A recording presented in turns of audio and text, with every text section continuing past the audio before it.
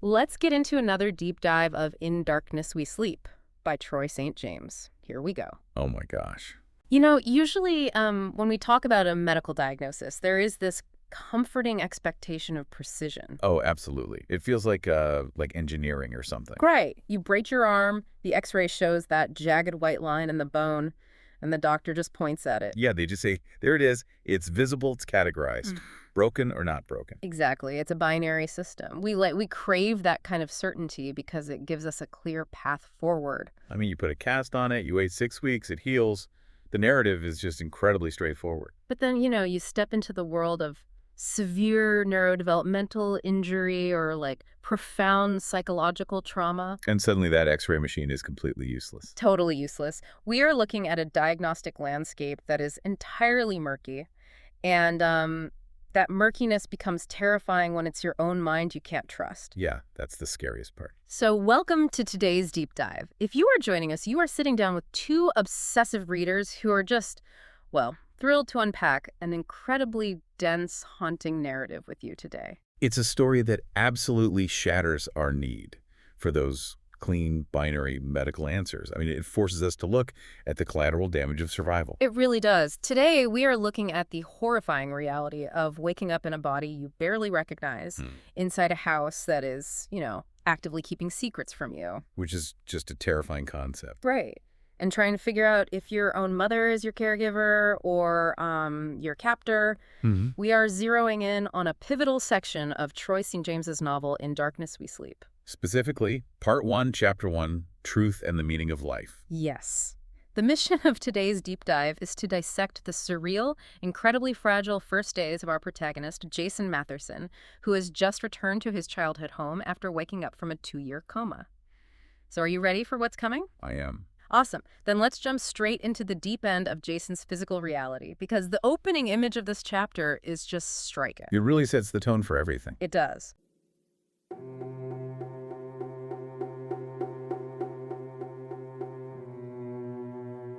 Part 2.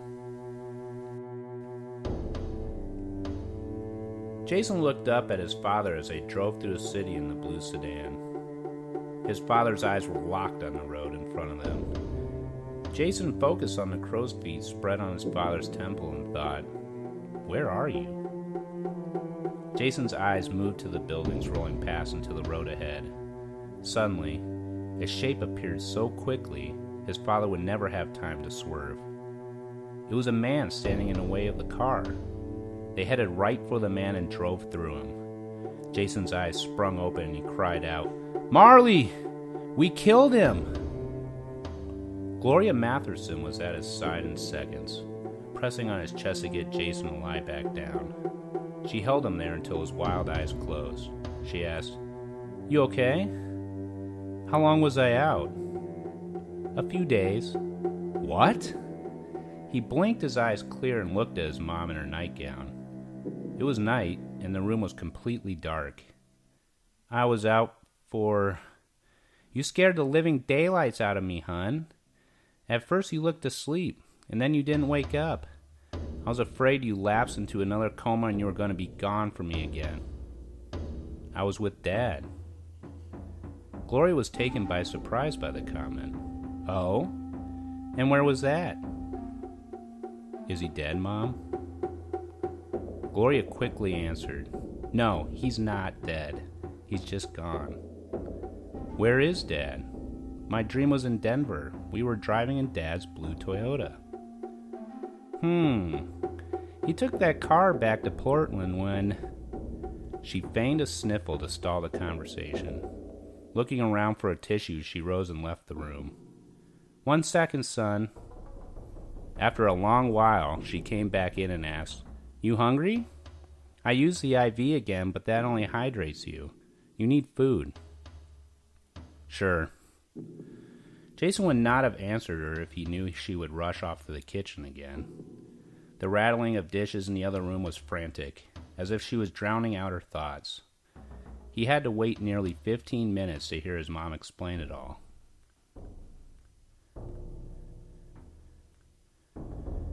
"Your father was there for you, nearly the whole time you were in Iraq." Jason shuddered as Gloria continued. "He wouldn't talk to you on the phone. Whenever we got the chance to talk to you, he found some excuse not to be there. He was so proud of you, just scared. The news was making it appear that everyone sent to Iraq was going to die eventually. Well, he didn't understand how important it was to have those calls. Important for you. He and I fought about it every time, and once he swung a fist at me." Jason's jaw dropped. "He missed," she mused. "I've always told him, if you ever hit me, you better make sure I don't get up." It was at that moment when the phone rang. He ran out the front door in his pajamas. I answered the phone and it was you. I figured he was on the porch, but he was gone. He came home about 3 hours later with a jacket and some new sneakers. He came in and we didn't talk. He just went into his room and went to sleep. She looked around the room, imagining Jason's father struggling in a silent, dark world. Alone. Jason said, "I remember the calls. Funny. I don't have any memory of Iraq, but the calls I remember. They were usually short and silent." She frowned, but agreed. Some calls were silent, listening to each other intentionally, breathing into the receiver, just to assure one another that they were still there. "I kicked your father out. Well, we agreed that he should leave. He left for almost 3 weeks before he moved back in. He wasn't the same. It was like he lost his spirit. I couldn't get him to even talk to me. I thought he hated me." "What?" Jason listened. "He didn't eat with me. Oh, he ate at home, ate when I ate, but he stayed in his room. He also started drinking and staying in here. I once confronted him right before Christmas, but he just sat there on the bed, drunk, staring at the floor and just waiting for me to leave the room. When I didn't, then he left, taking his car and driving off.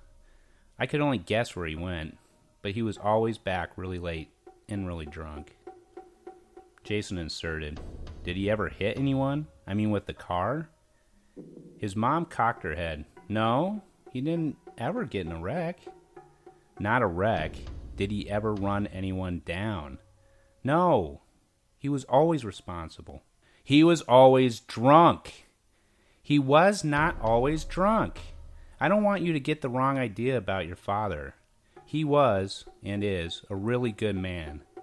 He just got lost somewhere during those years you were gone." "Sorry. How long was I gone?" "You were in Texas for almost a year, then Iraq for 2. I can't even remember," shaking his head as if the memory needed a little help to surface. "Your father was not a supporter of the war like I was, but he did support you. Then why didn't he talk to me on the phone?" Gloria shrugged. Jason asked, "Where is he?" "He lives in Portland now. He's with a woman, but they're not married. We're still married to each other, even today. I'm still his wife on paper. He and I agreed that for now we would stay together until you were..." She choked on the next word, but it came out as a crackle. "Dead." She cleared her throat. Her eyes started to well up for the first time since she started telling the story. "You stayed together for me?" "I suppose," she struggled momentarily. "I didn't know if he said that because he knew you were going to die sooner or later.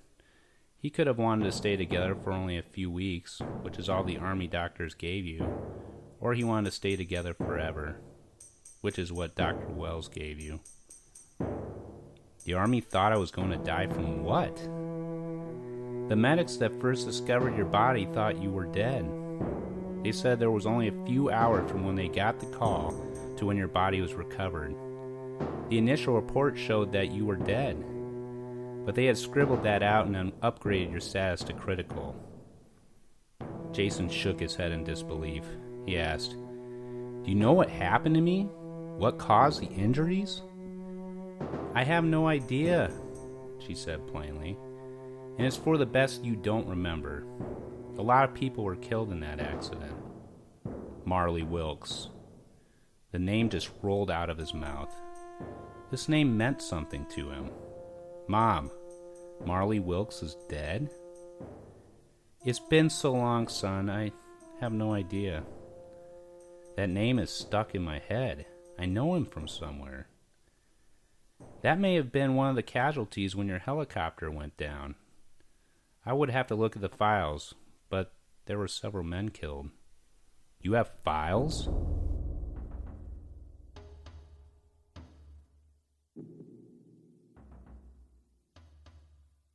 So he falls asleep shortly after, and he immediately slips back into a recurring dream. And we need to dissect the imagery of this dream because it is so hyper-specific. Let's break it down. He is sitting in the passenger seat of his dad's blue Toyota sedan. They are driving through the streets of Denver. Okay, pretty normal so far. But the camera angle of the dream is incredibly zoomed in. Jason isn't looking out the windshield. He is staring intently at the side of his father's face. He is fixated on the microscopic, aging flaws of his father's crow's feet. Why the crow's feet? That is the question we have to ask. Right, why that one detail? In a dream state, where physics and reality are completely fluid and unstable, the brain looks for an anchor. Jason's subconscious grounds itself by fixating on the physical decay of his father. Interesting. It suggests this desperate, unspoken anxiety about the passage of time. While Jason was frozen in the void of the coma, time marched on, eroding the people he left behind. They aged without him. He is searching his father's aging face for answers, for stability, but finding only the evidence of time passing without him. And then the mundane car ride turns into a literal nightmare. Suddenly, as they're driving through Denver, a man appears standing dead center in the road. Out of nowhere. Right in front of them. And Jason's father doesn't hit the brakes. He doesn't swerve. They drive straight through the man. Like a ghost. Yes. And Jason jolts awake in his bed, screaming at the top of his lungs, "Marley! We killed him!" We need to pay very close attention to the pronoun Jason uses there. We killed him. Not, "You killed him." Exactly. He doesn't wake up screaming, "Dad, you killed him," even though his father was the one driving the car in the dream. The guilt is communal. It's shared between them. The dream is taking his father's actions and conflating them with Jason's own deeply buried, inaccessible memories. Gloria hears him screaming and rushes into the room, physically pressing down on his chest to ground him and calm his breathing. Trying to bring him back to reality. Yeah, and Jason, still half trapped in the panic of the dream, looks up at her and asks if his dad is dead. And Gloria's response is a masterclass in emotional refrigeration. Emotional refrigeration, that's a powerful way to describe it. She doesn't hug him. She doesn't offer warmth. She just coldly states, no, he isn't dead. He's just gone. He's just gone. That is the defining language of ambiguous loss. Ambiguous loss. What does that mean exactly? It's a psychological term for a loss that occurs without closure or clear understanding. It is a statement of emotional death rather than physical death. Oh, I see. And in many ways, ambiguous loss is much harder to mourn. You cannot bury someone who has simply walked away. You are left in a perpetual state of waiting and unresolved grief. And Jason is completely confused by this, so Gloria is forced to finally explain what happened, and through her explanation, we get this massive unpacking of generational trauma. The whole history comes spilling out. We learn the dark history of John Matherson, Jason's father. Gloria explains that while Jason was deployed in the combat zone in Iraq, John completely fell apart. He just couldn't handle it. He refused to actually speak on the phone when Jason would call home. Instead, they engaged in these incredibly haunting silent calls. John and Jason would just hold the phone receivers to their ears thousands of miles apart and just listen to each other breathe. Think about the neurology of trauma and hypervigilance here. John's nervous system was so overloaded by the constant agonizing terror that every phone call might be the military calling to say his son was killed, that formulating speech required cognitive resources he simply no longer possessed. Words were just too much effort. He was operating entirely out of the brainstem pure survival mode. The breathing became a primitive biological proof of life. The silence was saying, "You are breathing, therefore you are not dead." Well, functionally, it is a complete and utter failure of parental support. Absolutely. He cannot offer his son guidance or comfort or courage. He can only verify that the worst hasn't happened yet. And the strain of that constant, silent terror acts like acid on the marriage. Gloria tells Jason about a specific breaking point argument they had over these silent phone calls. Things escalate. Gloria confronts him about it, the argument escalates, and John actually swings a fist at Gloria. He tries to hit her. He misses, but Gloria doesn't cower. Her response is chilling. She looks him in the eye and warns him, "If you ever hit me, you better make sure I don't get up." That is not the response of a victim. That is a statement of absolute hardened resolve. Gloria is revealing her own core of steel to Jason. She is not backing down. The dynamic in that house wasn't just sad, it was volatile and incredibly dangerous. The chronic stress of having a child in a war zone acted like a pressure cooker, and John was the one whose structural integrity failed. He failed completely. Because right after that missed punch, the phone rings. It's Jason calling from Iraq. And John can't do it. He doesn't answer the phone. He runs away. Literally. He runs out the front door, wearing his pajamas. He wanders the streets of their town for 3 hours. When he finally returns, he is wearing a brand new jacket and new sneakers that he presumably bought while wandering. Which is just bizarre. And he is a completely broken shell of a man. He walks past his wife, goes into his bedroom, and goes to sleep. And from that day forward, he is emotionally a ghost in his own house. Is haunting the place. Yeah. He spends his days drinking alone in his room, and eventually he packs a bag and flees across the country to Portland, Maine, with another woman. He deserts his post. The psychological weight of impending grief was too much, so he preemptively abandoned his family. Now, this is where I have to heavily push back on Gloria's narrative.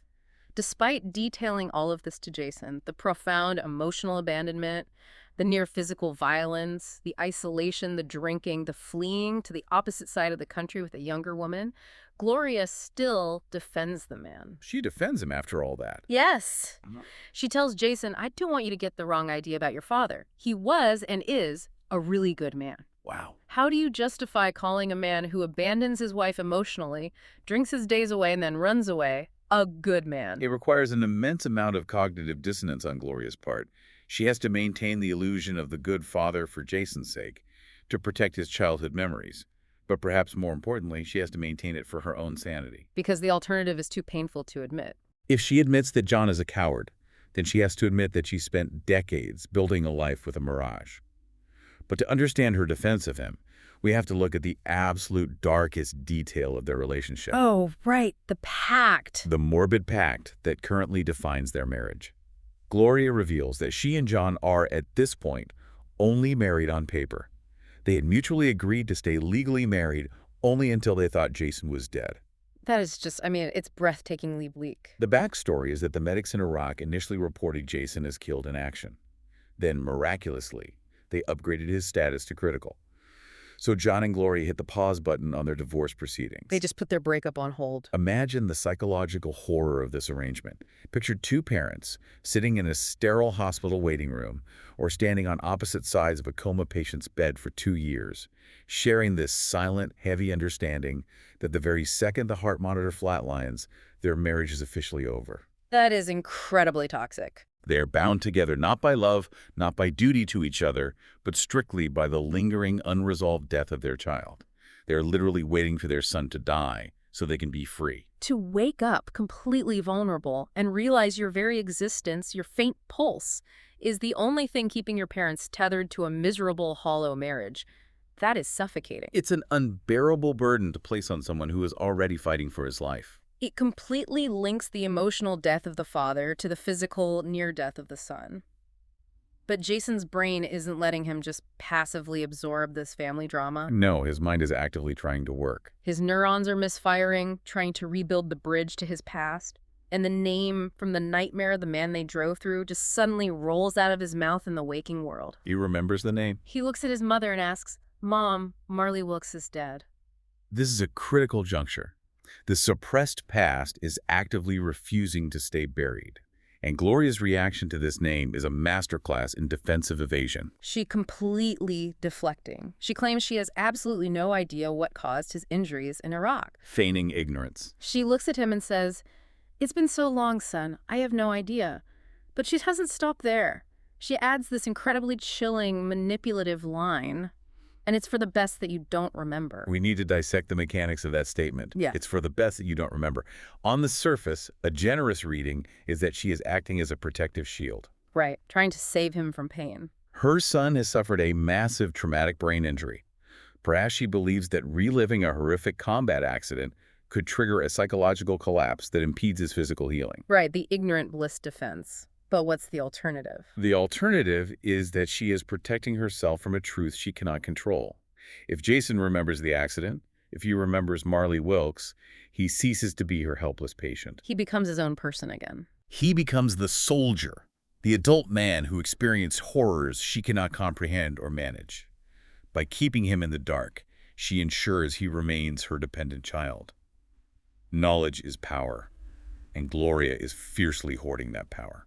She is absolutely hoarding it, because when Jason refuses to drop it, insisting that he knows the name Marley Wilkes from somewhere, Gloria finally cracks open the door just a fraction. Just a tiny bit. She casually mentions that the accident that put him in the coma involved a downed helicopter and several casualties. A pretty massive detail to withhold. And then, as if she's talking about checking a recipe, she drops an absolute bombshell.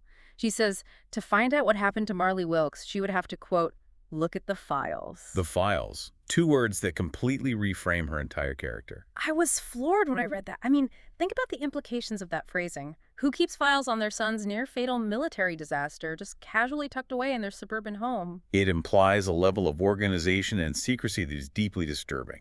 She isn't talking about a scrapbook of newspaper clippings. The word files implies official documentation. Is she talking about medical records? Redacted military incident reports, court-martial documents? Did she file Freedom of Information Act requests while he was in the hospital? Who knows? But this revelation transforms Gloria instantly. She goes from being a tragic, exhausted, slightly misguided mother into a highly calculated gatekeeper of very dark official secrets. It changes the entire architecture of the house. It is no longer just a childhood home functioning as a makeshift recovery ward. It is an active archive of trauma that Gloria is curating. An archive of trauma, wow. It immediately begs the question, what else is in those files that she has had 2 years to read, analyze, and hide? And why is her first instinct to keep them hidden from the man whose life they detail? So we have a massive pile of psychological evidence on the table now. Yes, we do. We have Jason's physical weakness and his atrophied body. We have Gloria feeding him orange juice and lying about baking. We have the hyper-specific dreams about the father. We have the missing father himself. And we have these mysterious files. It's a lot to process. Let's transition into pure analytical speculation based on what we've unpacked. The murky diagnostic waters we talked about at the beginning are about to get a lot darker. Let's start with the cinnamon. We touched on phantasmia, but let's really dig into the mechanics of it. Is the scent of cinnamon a suppressed, genuine memory from Iraq? Very well could be. Like perhaps a local spice market they were patrolling right before the helicopter went down? Or is the smell of the Columbia hospital that his subconscious absorbed while he was practically brain dead? It could be narrative symbolism, but if we look at it through a strictly neurological lens, we have to consider the wiring of the brain. Okay, tell me about the wiring. The olfactory bulb, which processes smells, has a direct hardwired connection to the amygdala and the hippocampus. And those are the brain's primary emotion and memory centers, right? Exactly. This is why scent is the most powerful trigger for trauma survivors. However, Jason's brain has been severely damaged and essentially offline for 2 years. As his neural pathways attempt to boot up and remap themselves, they might be severely misfiring. Misfiring how? Phantasmia, or olfactory hallucinations, is a highly documented symptom of severe head trauma, or even temporal lobe seizure activity. The cinnamon might not be a clue to a mystery. It might simply be the terrifying reality of a broken neurological system sending false, random signals to his consciousness. That is a terrifying thought, that his own sensory inputs are just randomly generated static. But knowing Troy St. James's writing, he rarely includes accidental details. True. Scent in literature is almost always a skeleton key to a locked door in the mind. Which makes me lean heavily toward it being a suppressed memory leaking through the cracks of his amnesia. Which means Gloria's panic was justified. If he remembers the scent, he's one step closer to remembering the event. Okay, let's look at the driving dream next. The hyper-focus on the blue Toyota sedan, the microscopic fixation on the father's crow's feet, and then the climax of the dream. Driving through the man in the road and Jason waking up screaming, "Marley, we killed him!" I do not believe this is just a standard stress dream. I think this is Jason's subconscious actively attempting to process profound guilt, and it is using the metaphor of his father's car to do it. Walk me through the mechanics of that metaphor. It feels like Jason is using his father's face to commit this violent act in the dream because he can't bear to face his own guilt yet. Is that a common mechanism in trauma processing? It is a form of psychological displacement. Think about the parallels between the two men. John, the father, abandoned his post. He fled physically to Portland because his nervous system could not handle the guilt and the terrifying anticipation of his son dying. Right. Now look at Jason. Did Jason cause the death of Marley Wilkes? Was Jason the one piloting the helicopter or driving a Humvee and made a fatal error that got his friend killed? Oh, man. The dream is conflating the failures of the father with the suspected failures of the son. Jason is projecting his own deeply buried guilt onto the image of his father driving the car.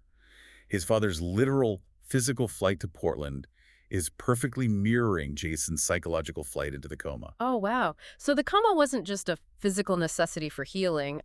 It was a psychological hiding place. A safe room for his mind. We killed him. He's hiding behind his father's sins to avoid looking at his own.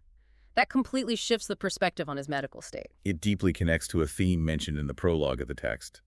In darkness, you see nothing but yourself. Introspection needs no light. The coma was a dark room where he was trapped with his own unacknowledged guilt. Which leads me to my biggest theory, and it's about Gloria's true motives. I have to throw this out there based on everything we've seen. Let's hear it. Does Gloria have some variation of Munchausen syndrome by proxy?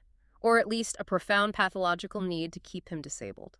That is a very heavy accusation to level at a mother who has spent 2 years vigilantly keeping her son alive. I know it sounds extreme, but look at the mounting evidence. She illegally removes him from a specialized care facility with a fraudulent signature and a bribed orderly. That's a huge violation. She feeds him nutritionally void, highly acidic garbage that could legitimately harm his recovering gastrointestinal tract. She gaslights him about his own sleep cycle. She lies about baking to cover up his sensory glitches. All of those are forms of control. And most damningly, she hoards official files about his trauma and tells him it's for the best that his memory stays broken. It genuinely feels like she prefers Jason weak, confused, and entirely dependent on her. You think she's keeping him weak on purpose? Does she want him to stay a permanent amnesiac so she never has to lose him to the military or to the truth ever again? When you lay out the behavioral pattern like that, it is a compelling, if horrifying, theory. Think about the mechanics of her identity. For the last 24 months, and arguably for the duration of her miserable marriage before that, her entire identity has been entirely defined by being the long-suffering, dedicated mother of a dying American hero. It was her whole world. It gave her purpose. It gave her control.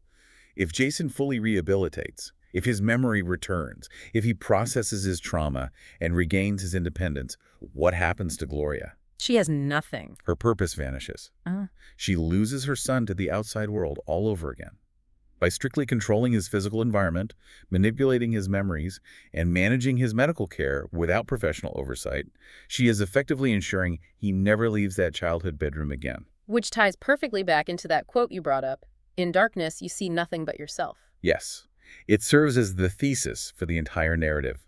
While Jason was in the coma, in the literal neurological darkness of his unconsciousness, he was trapped with his own fears, his guilt over Marley Wilkes, and his unresolved rage toward his father. But the real tragedy is what happens when he wakes up. What we are discovering as we analyze Chapter 1 is that waking up hasn't solved the problem.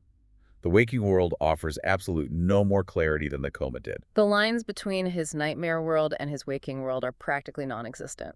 His physical home, with its drawn blinds, its whispered lies, its scent of phantom cinnamon and its hidden files, feels just as isolating, confusing, and dangerous as the dark void of his mind. It's just a different kind of darkness. He hasn't escaped. He has simply swapped a medical coma for a domestic one. He is still completely in the dark. He just happens to have his eyes open now. Okay, let's pull all of these threads together. To summarize the incredible, suffocating tension of this first chapter, we are watching a man wake up inside a broken, unfamiliar body. A body he can't even feel properly. He is returning to a deeply fractured family dynamic. He is being hunted by the ghost of a man named Marley Wilkes that he can't quite remember. And he's being cared for by a mother who is hoarding official files on his past and actively working to suppress his cognitive recovery. It is a masterfully constructed psychological trap. Every supposed comfort of home, the breakfast, the childhood bedroom, the mother's presence is actually a bar on his cage. It really forces you to think about how heavily our physical and social surroundings dictate our internal reality. How so? If you wake up completely physically vulnerable, and the people around you act as though you are fragile, broken, and fundamentally incapable of handling the truth, you internalize that. You start to believe it. You become fragile and broken. You adopt the distorted reality that they construct for you because you have no other frame of reference. We all rely on others to reflect our identity back to us. We look to our families to tell us who we are. When that mirror is intentionally warped, as Gloria's clearly is, the sense of self becomes completely distorted. So I want to leave you with a final provocative thought to mull over long after this deep dive ends. Think back to that opening analogy we discussed. The broken x-ray machine, the murky, uncertain diagnosis. Right, the lack of binary answers. Throughout this chapter, we as readers naturally assume the medical trauma, the coma, the paralyzed arm was the primary issue Jason had to overcome. But what if the darkness Jason was desperately trying to escape during his 2-year coma wasn't a medical state at all? What if his brain actually healed neurologically a long time ago, but his subconscious simply refused to wake up and face reality? Exactly. What if the real darkness isn't the coma itself? What if the real darkness is the suffocating web of lies, the shared toxic guilt over Marley Wilkes, and the deeply suppressed generational grief waiting for him in that childhood home? A haunting idea. The coma might not have been a prison. The coma might have been the only truly safe place he had left. Until next time.